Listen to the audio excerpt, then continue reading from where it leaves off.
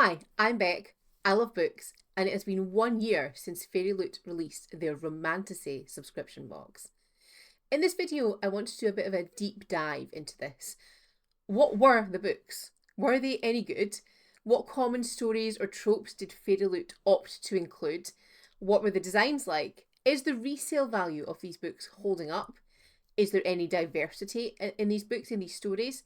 And ultimately, is this subscription box worth it? Whether you are a current Romantasy Box subscriber, whether you are a previous Romantasy Box subscriber, or whether you're just thinking about it, or whether you're generally interested, I think this video will be really informative, hopefully, and it will help you decide whether Romantasy is or is not for you. So first things first, we're going to talk about what the books were. And I've also looked up the average rating of the book, both on Goodreads and on Storygraph. The Goodreads and Storygraph ratings do differ because I find Goodreads has this thing where people, if a book is hyped, people will go to Goodreads and give it a 5-star rating, even though it isn't even out yet and they haven't read it. It'll be like, just leaving my 5-star review in support of this writer. I've seen so much of that with Romantasy in general on Goodreads recently. What is all that about, firstly? And secondly, that does mean that the ratings on Goodreads are skewed. I personally don't use Goodreads, I use Storygraph, and so I've also looked at the Storygraph ratings, which are different in interesting ways. So I've got them here, apart from one that I've sold, in order, and the first Romantasy book was Lord of the Wilds, which I've got at the top here, by Annalise Brana. The Goodreads review for this is very different from the Storygraph. Goodreads rating on average is 3.36 and the Storygraph is at the time of recording is 3.47. Now, when this book was released, lots of people were really angry on social media because they couldn't skip the first subscription in the subscription box and they weren't interested in this. And we'll get into that a little bit later, but the author spoke out about that. And so maybe that might be why the Goodreads reviews are slightly lower, because some people do, as I said, go on Goodreads and preemptively give low reviews because it's a book that they don't particularly want, which is not what the site is meant to be for. The second book was A Curse of Blood and Wolves by Melissa McTiernan. Goodreads rating of 3.15 and Storygraph rating of 3.02. which I think is the lowest rating for a sub-box book that I have ever come across. The third book was Nectar of the Wicked by Ella Fields. Goodreads has a 3.94 for that, and Storygraph has a 3.76. You'll probably see a pattern begin to emerge here. Storygraph tends to be harsher unless the book has diversity, in which case Storygraph tends to be slightly more generous. The fourth Romantasy book was The Wren in the Holly Library, and that is by K.A. Lindell. Goodreads, 3.77, but it does match up with Storygraph at 3.77. Bonded by Thorns was the fifth one, by Elizabeth Helen. Goodreads has 3.93 and Storygraph has 3.83 as an average review.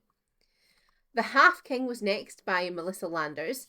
Goodreads and Storygraph are the same, 3.68 for that one too. Then we had The Coven by Harper L. Woods, 3.74 on Goodreads, and on Storygraph 3.65. Again, that's slightly different, and it was a very, very hyped book talk-ish book, and a lot of people did go and preemptively give high reviews. A Fire in the Sky by Sophie Jordan was next. Goodreads it has 3.62 and Storygraph has 3.7.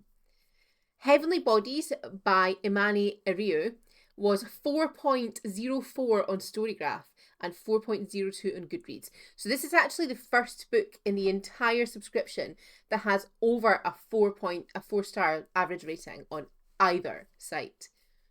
Then we had The Starlight Air by Amelie Howard, which is Goodreads 3.36 and Storygraph 3.42.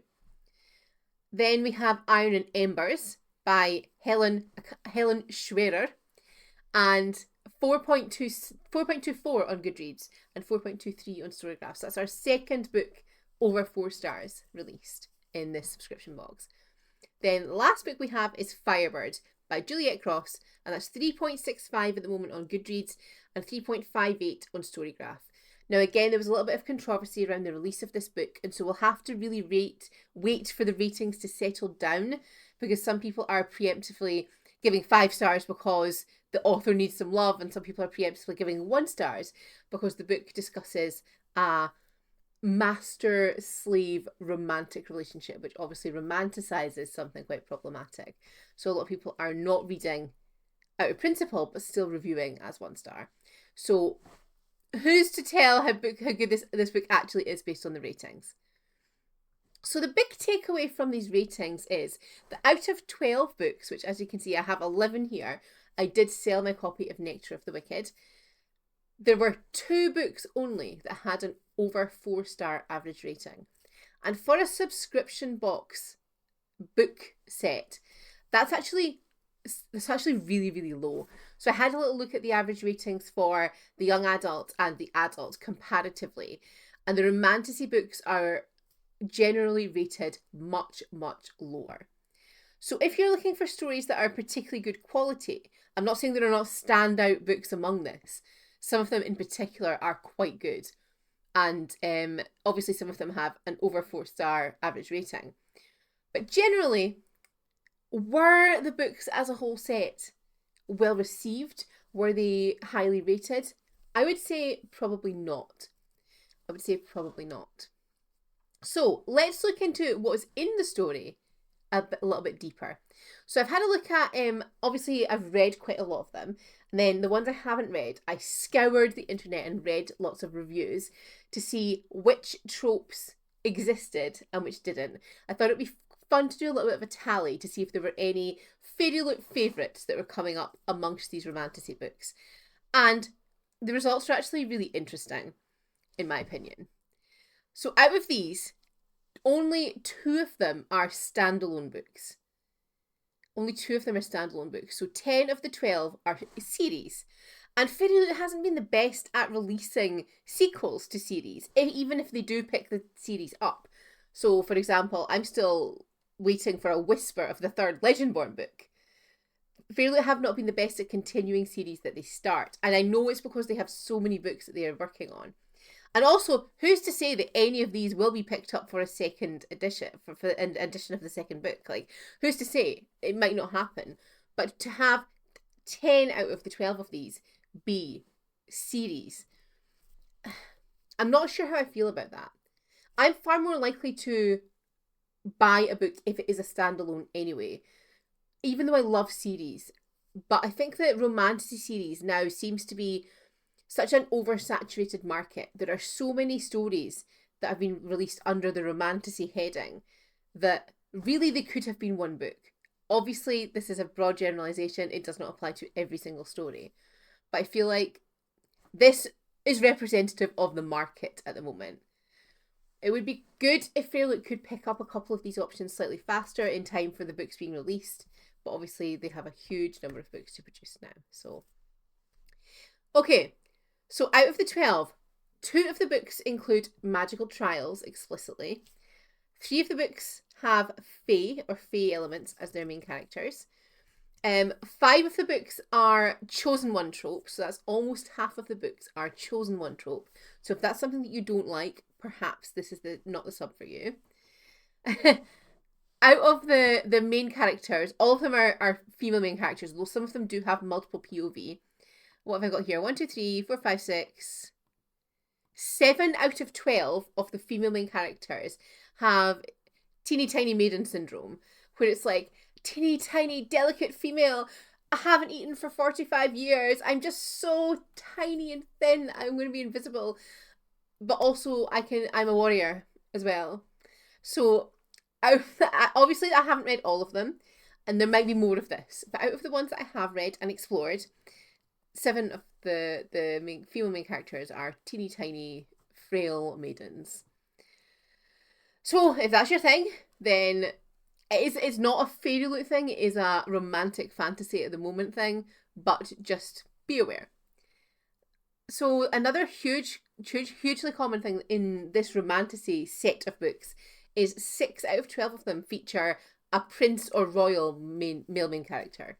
So if you like your royal intrigue, again, it is for you perhaps. In terms of spice levels, 6 of them are low spice. And I haven't gone for my own spice rating for this because I feel like mine might be slightly that's just one person's opinion. I've tried to take an average of 10 reviews randomly picked across all of the books. So you can see how long the research for this took me. But unanimously, there were 6 books that were said to be low spice level.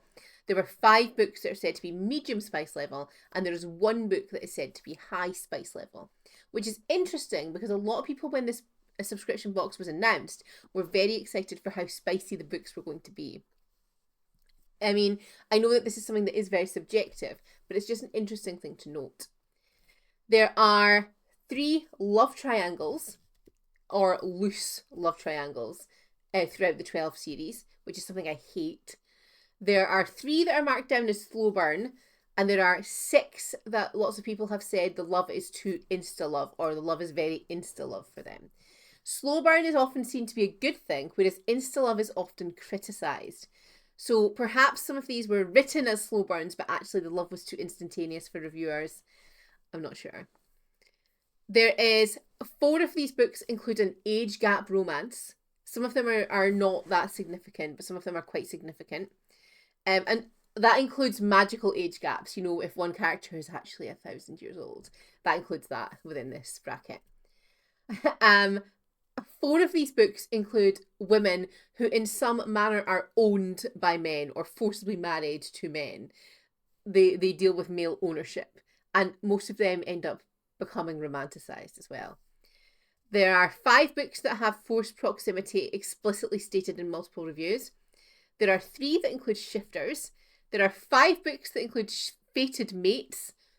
And by far and large, the most common trope in these books is enemies to lovers. I'm just going to count my tallies because I did tallies for all of these. So enemies to lovers is prevalent in 1, 2, 3, 4, 5, 6, 7, 8, 9. Prevalent in 10 out of 12 of the Romantasy books.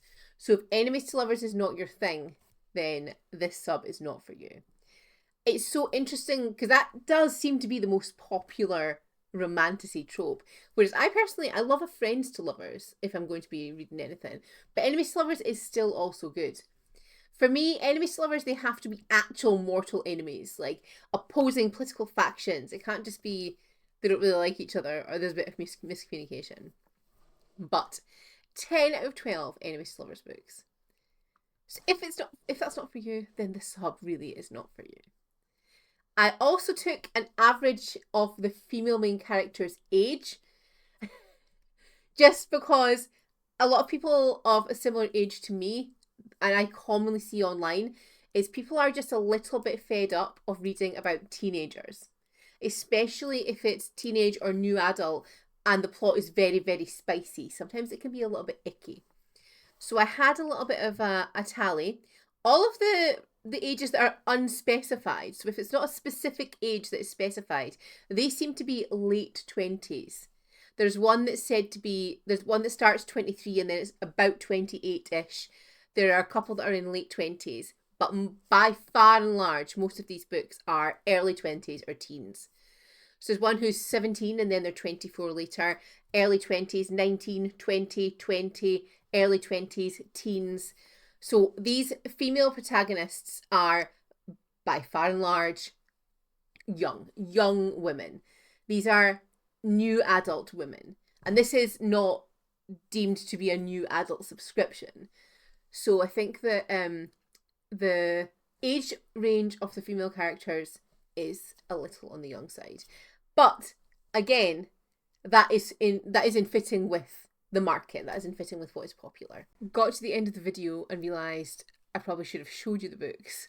So just going to have a little look at them here. So this is Lore of the Wilds. You can see the wee sprayed edge here.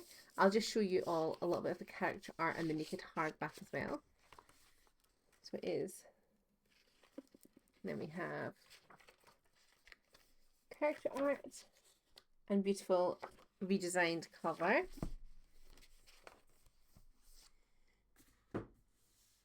They'll be stacked up in the wrong order now.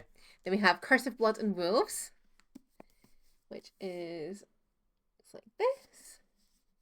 We have some foiled character art too, and naked hardback. We have redesigned cover as well.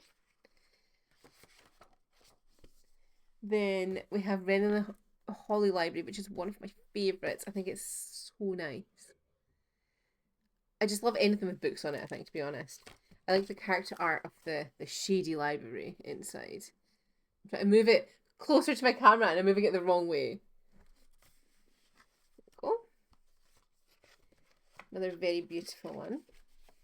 Then we have Bonded by Thorns, which is quite gothic.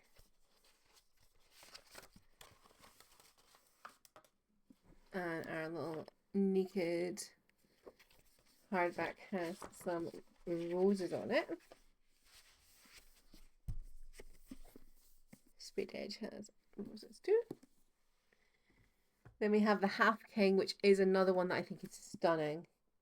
Absolutely beautiful. This one said that it only had one colour, top and bottom, but it doesn't. The digital spray goes all the way. Beautiful hardback there.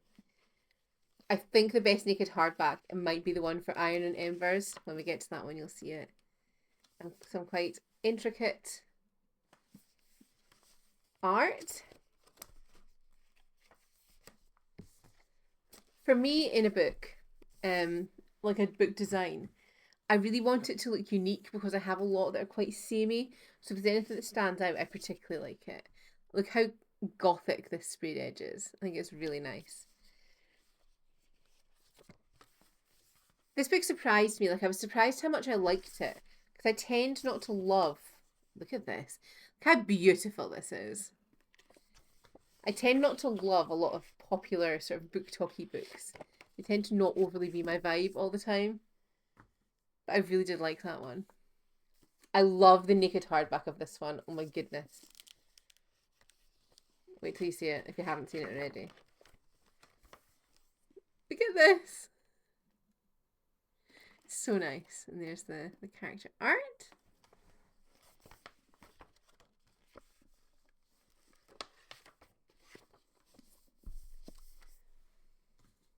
And here is Heavenly Bodies. This is probably the nicest cover, I would say. It's probably the nicest of the Romantasy covers. And we have sprayed edge. And then the character art is quite sort of dreamy.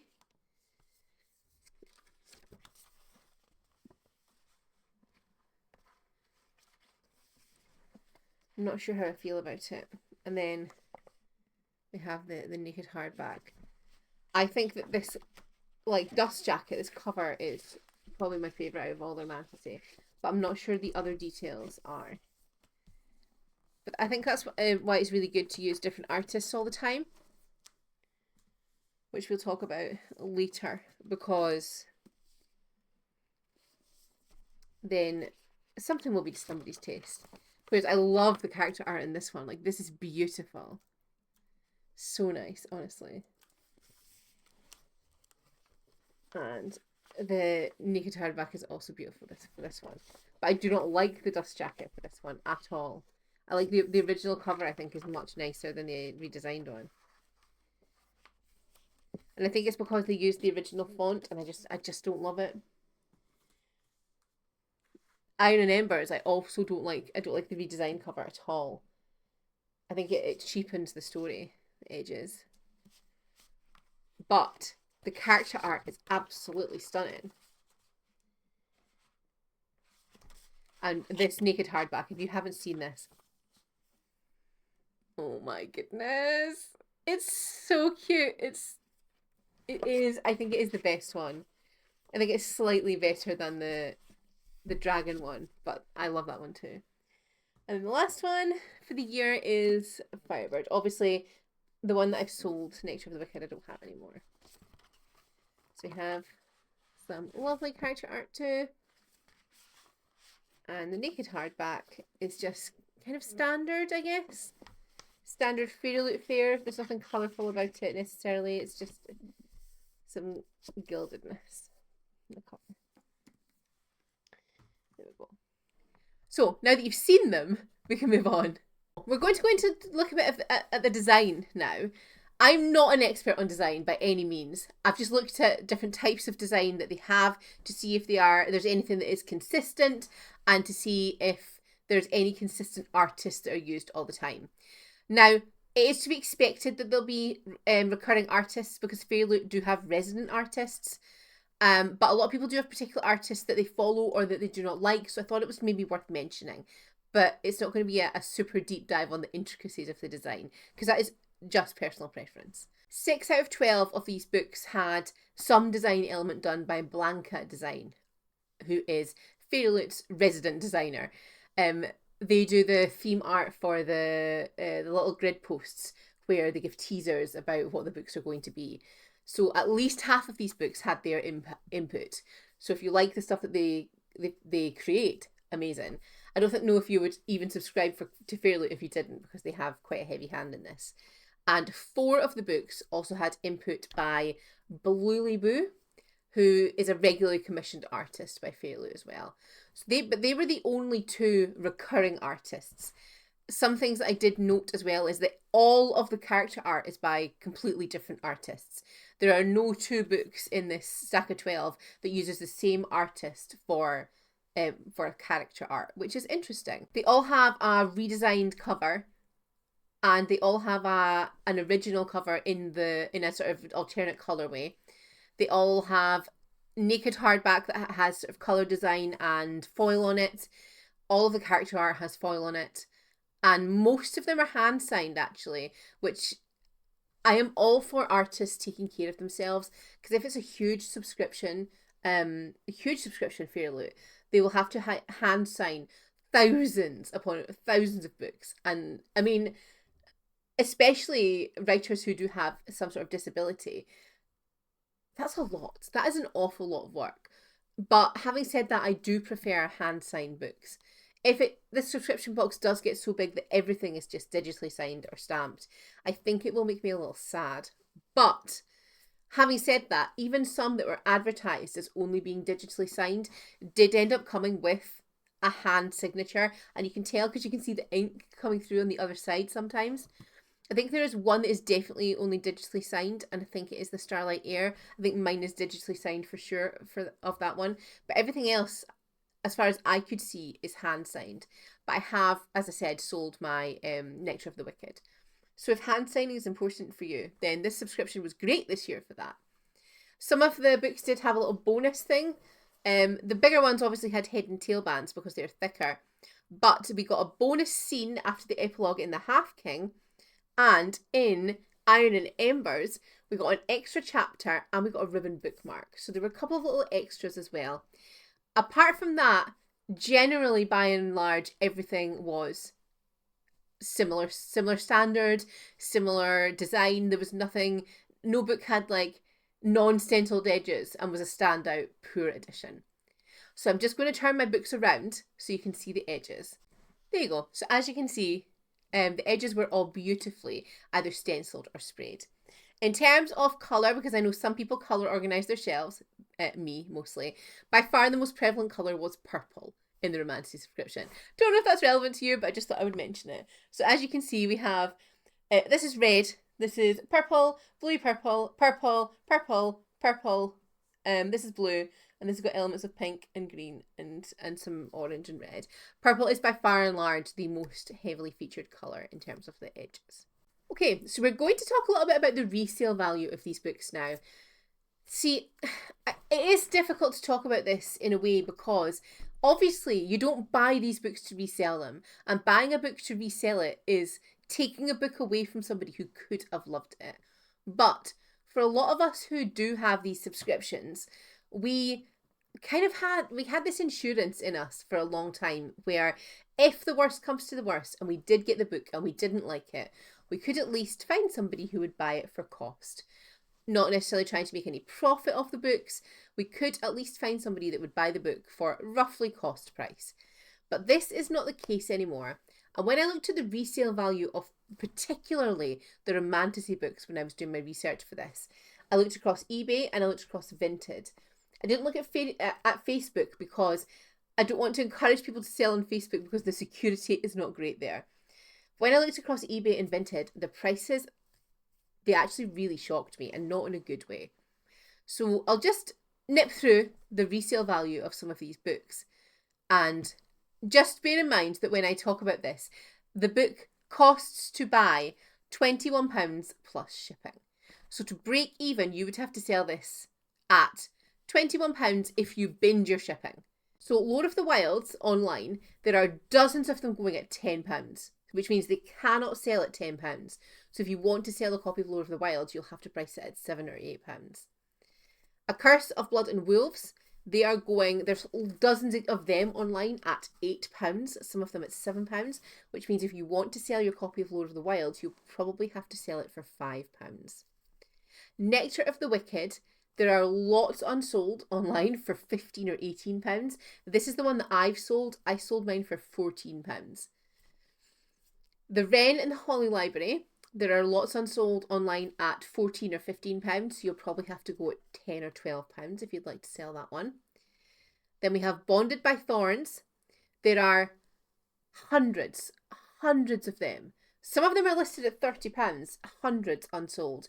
But there are some listed at £15, also unsold. So I assume that if you want to sell that one, you'll have to price it under £15 or around £15. The Half King is selling slightly higher. There are lots unsold at £20 online. So I reckon you'll have to sell that maybe at £18 maybe if you want to make any money, but it still won't be a profit. Then we have The Coven. Now this is our first potential break-even book.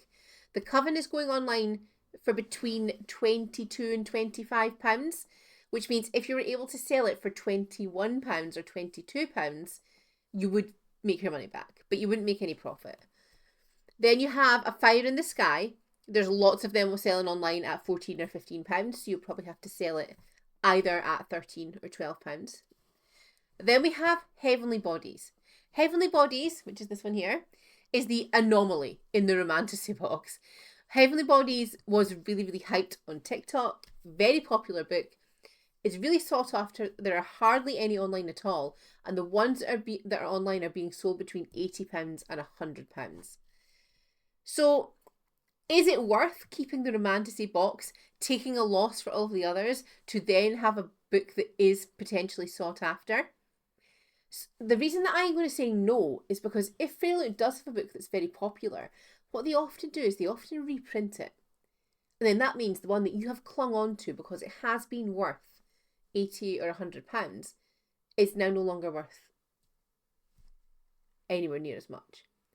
Now again, I don't agree with buying to resell, but it's good to know that if you do not like the book, you can make your money back. But you just can't with this box. You just can't. So then we have the Starlight Air. Lots unsold online between £12 and £13, so you'd probably have to sell that for about £10. Then we have Iron and Embers. So this is another one that's doing quite well. This is going online for about £40, maybe £38 to £40. So this is another one that you could, if you didn't like it, you could make your money back with that one. And then we have Firebird, which is the new one that's just come out a couple of weeks ago. Already hundreds upon hundreds of them online, not selling at £15. So it's so hit and miss. Is it worth it to you for it to be that hit and miss? Overall, you will not be able to get your money back if that is something that is important to you. The books just aren't holding their value. It used to be that it was an investment, but they're not holding their value. Part of the reason for that is that the market is more competitive now. So you will have often a beautiful indie edition. You will have a Waterstones edition. There's more effort being put into the original covers now. I feel like the market in general has got more competitive, but that doesn't mean that if the book is hyped, that the Fairyloot one won't still go for a lot. It's just that a lot of the time they're just not selling. They're not holding their value. So if that's important to you, please bear that in mind. Okay, the final thing that I'm going to talk about is diversity in the books. This is the main thing that has bothered me about Romantasy, and you might have seen my previous videos where I talked about that a little bit, the one where I said the one called The Problem with Fairyloot. I will link it down below if you're interested. I feel like the Romantasy subscription box has been the least diverse subscription box that Fairyloot have ever done. So there have been 2 outwardly queer writers featured in 12 months. There has been 1 queer main character, as far as I'm aware. Through the research I've done, through the books I've read, there's been 1 bisexual main character. But there have been 0 queer narratives as a main focus of the book. All of the main romances have been FM. There have been no major trans characters. There have been a couple of worlds where they have been queer normative, and there have been some side characters who have been in queer relationships, but queer narratives have not been put front and centre of any of these books. And it isn't just the lack of diversity around queerness. There also has been no disability rep in any of these books. No explicit disability rep, anyway. There have been some metaphorical interpretations, like in The Half King, the struggles with his disappearing and the struggles with him and how he feels about himself. But there's been no explicit main character disability rep. Same with mental health rep. Nothing explicit. There has been anxiety and there's been recovery from trauma, but there hasn't been any actual words used to describe mental health, and it's all been very minor compared to the plot and the romance. And I know that they are romantasy books, but you can write romance books with things like that front and foremost. I know that romantasy doesn't necessarily lend itself to grittier reads, and I know that a lot of these are things that you might not see in a typical romantasy book, but it is almost like Fairyloot are making the subscription, and it is mostly their straight white able characters that are featured in it. It's just a very, very strange subscription. I say that as somebody who has subscribed to the other 2 since young adult for a long time and adult since its inception as well. There have also been a lack of BIPOC main characters and writers. There have been 3 books that have been written by BIPOC authors. I'm going to talk a little bit about the when Lord of the Wilds came out. There was shock and anger at the comments about the book, and I've taken a little screenshot of it. I'll pop it on the screen now, because the book was unskippable. I mentioned it earlier in the video. So the writer said that she was tagged in lots of angry comments that they couldn't skip the book. And the writer said that Fairyloot essentially hasn't really marketed the book in the right way. And reactions, like the audience reaction to this book, might be why Fairyloot doesn't feature diverse books all the time, or very, very regularly. It might be why they choose less diverse reads. But should reactions like this be the reason? Should they be the reason? Should there be any reason? If you don't lead from the front, how will the mindset of the world ever change? Just worth mentioning. Okay, so overall, is the Romantasy sub worth it? It has got much better in the past few months. So out of the past four books or so, the four or five books, there have been 2 4-star reads. There has been a little bit of diversity, I guess. But for me, I am not sure it is worth it anymore. I get the triple box, so it's a bit of a nightmare to change. I'll have to email Fairyloot and organise if I can go back on the adult and young adult combined. And I know different waiting lists are a nightmare. But I think there's a reason that the Romantasy waiting list is so much shorter than the adult or the young adult. People are joining, they're getting the books, and they're leaving. Another important thing to note is Fairyloot, I still don't think, has decided what they want this subscription box to be. And it almost feels like they have 2 good titles every month. We're going to do this for our adult, we're going to do this for our young adult. And then they're kind of choosing a runner-up title. As somebody who gets all 3 books, there are usually 2 really well thought out, intricately designed, stunning books that are really and highly anticipated, really hyped. And then there's usually like a 3rd book, which is a bit like, meh. And that is usually the Romantasy. As I said, there have been a couple of books that have been amazing the past few months, but usually that's what it is. every single book that they bring out, whether it's adult, young adult, or romantasy, is romantasy, really. I don't think I've read a Fairyloot book for a long time that hasn't had romance front and centre of its plot. There have been a few, but generally they are all romantasy. And so maybe actually what Fairyloot needs to do is adjust one of its other boxes so that this one could have better quality writing in them. Now, this is no disrespect to any of the writers. It's just they don't fit with Fairyloot's other subscriptions, and it's really hard to work out why. If we are saying that romantasy is a genre, then maybe there needs to be less romance in the other subscriptions. Who knows? As I said, there have been incredible exceptions, and everybody's taste in books is different. If some of the things I've said today sound absolutely up your street, amazing. If these writers are some of your favourite writers, incredible. But I don't think it is worth it for me anymore, especially considering I know that if I wait a couple of weeks, I can go on Vinted, and most likely I'll be able to pick up the title if I want it for £10 or £12 instead of spending £21 plus shipping. So, I hope this video has been informative for you. I hope it has helped you decide whether romantasy is or is not for you. I hope you found some elements of it interesting. If there's any other book box you'd like me to do a similar thing for, please let me know. And thank you for watching. If you watched this far, consider subscribing, and I'll see you next week. Bye.